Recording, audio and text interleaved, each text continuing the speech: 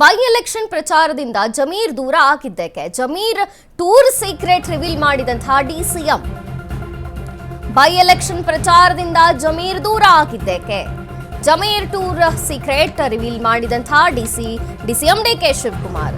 ಸಚಿವ ಜಮೀರ್ಗೆ ಬೇರೆ ಏನೋ ಕೆಲಸ ಕೊಟ್ಟಿದ್ದೇವೆ, ಬೇರೆ ಜವಾಬ್ದಾರಿಯನ್ನ ವಹಿಸಿ ಸಚಿವ ಜಮೀರ್ ಬರ್ತಾರೆ, ಬೇರೆ ಜವಾಬ್ದಾರಿಗಳಿದೆ ಅದನ್ನು ಮುಗಿಸ್ಕೊಳ್ಳಿ, ಉಪಚುನಾವಣೆಯ ಪ್ರಚಾರಕ್ಕೆ ಎಲ್ಲರೂ ಬರ್ತಾರೆ, ಪ್ರಚಾರಕ್ಕೆ ಜಮೀರ್ ಬರ್ತಾರೆ ಅಂತ ಡಿಸಿಎಂ ಡಿಕೆ ಶಿವಕುಮಾರ್ ಹೇಳಿದ್ದಾರೆ. ಟಿಕೆಟ್ ವಿಚಾರಕ್ಕೆ ಮುನಿಸಿಕೊಂಡಿರುವಂತಹ ಜಮೀರ್ ಬೈ ಎಲೆಕ್ಷನ್ ಸಾಹಸವೇ ಬೇಡ ಅಂತಿರುವಂತಹ ಸಚಿವ. ಕೇರಳ ವಿಧಾನಸಭೆ ಚುನಾವಣೆಯಲ್ಲಿ ಈಗ ಜಮೀರ್ ಬ್ಯುಸಿಯಾಗಿದ್ದಾರೆ, ಅಲ್ಲಿ ಹೋಗಿ ಪ್ರಚಾರ ಮಾಡ್ತಾ ಇದ್ದಾರೆ. ಏಪ್ರಿಲ್ 4ಕ್ಕೆ ಬಿಡುವು ಮಾಡಿಕೊಂಡು ಬೈ ಎಲೆಕ್ಷನ್ ಪ್ರಚಾರಕ್ಕೆ ಬರ್ತಾರೆ ಅನ್ನುವಂಥ ಮಾತಿದೆ. ಏಪ್ರಿಲ್ 4ನೇ ತಾರೀಕು ದಾವಣಗೆರೆಯಲ್ಲಿ ಪ್ರಚಾರ ಬರ್ತಾರೆ ಅನ್ನುವಂಥದ್ದಿದೆ.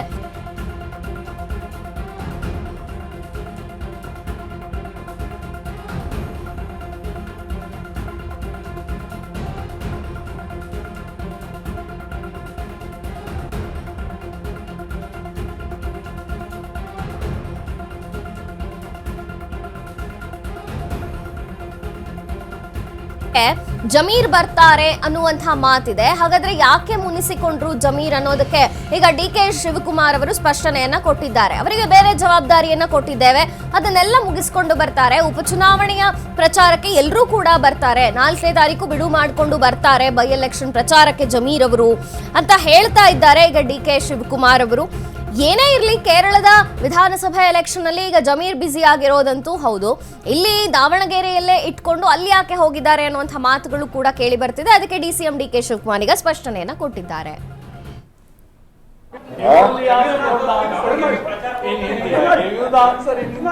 ಎಲ್ಲ ಬರ್ತಾರ ನಡಿಯಪ್ಪ, ಅವ್ರ ಡ್ಯೂಟಿ ಬೇರೆ ಎಲ್ಲ ಡ್ಯೂಟಿ ಕೊಟ್ಟಿದ್ವಿ, ಎಲ್ಲ ಲಾಸ್ಟ್ ಬರ್ತಾರೆ.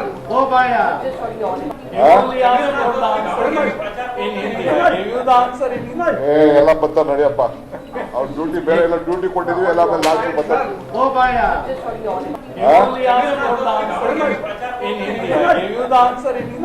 ಎಲ್ಲ ಬರ್ತಾರ ನಡಿಯಪ್ಪ, ಅವ್ರ ಡ್ಯೂಟಿ ಬೇರೆ ಎಲ್ಲ ಡ್ಯೂಟಿ ಕೊಟ್ಟಿದ್ವಿ, ಎಲ್ಲ ಲಾಸ್ಟ್ ಬರ್ತಾರೆ.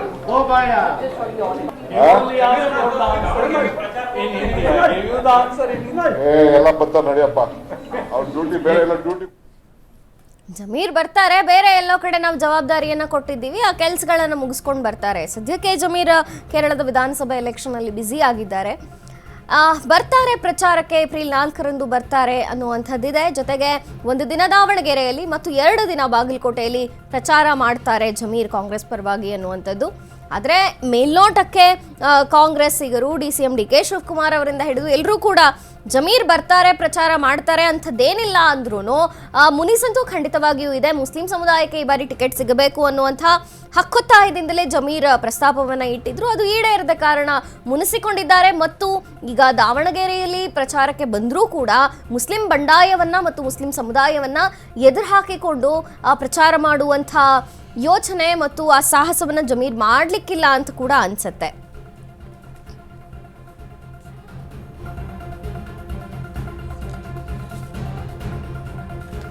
ಸದ್ಯಕ್ಕೆ ಅವರಿಗೆ ಬೇರೆ ಜವಾಬ್ದಾರಿಯನ್ನ ಕೊಟ್ಟಿದ್ದೇವೆ. ಕೇರಳ ಎಲೆಕ್ಷನ್ ಅಲ್ಲಿ ಜಮೀರ್ ಬ್ಯುಸಿ ಆಗಿದ್ದಾರೆ, ಹಾಗಾಗಿ ಅಲ್ಲಿ ಮುಗಿಸಿಕೊಂಡು ಇಲ್ಲಿಗೆ ಬರ್ತಾರೆ. ಉಪಚುನಾವಣೆಯ ಪ್ರಚಾರಕ್ಕೆ ಎಲ್ಲರೂ ಬಂದೇ ಬರ್ತಾರೆ, ಕಾಂಗ್ರೆಸ್ನಲ್ಲಿ ಒಗ್ಗಟ್ಟಿದೆ ಅಂಥದ್ದು ಏನೂ ಇಲ್ಲ, ಜಮೀರ್ ಬರ್ತಾರೆ ಅನ್ನುವಂಥ ರೀತಿಯಲ್ಲೇ ಡಿಸಿಎಂ ಡಿಕೆ ಶಿವಕುಮಾರ್ ಅವರು ಹೇಳಿರುವಂಥದ್ದು.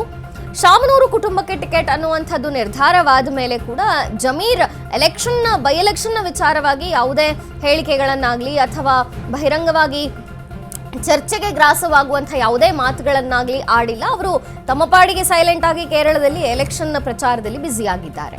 ಬರೀ 15 ದಿನಗಳಲ್ಲಿ ಸಕ್ಕರೆ ಕಾಯಿಲೆನ ಕಂಟ್ರೋಲ್ ತರಲಿಕ್ಕೆ ದಿವ್ಯಾಮೃತದಂತೆ ಕೆಲಸ ಮಾಡುತ್ತೆ ಮೆಹಾಟೋನ್.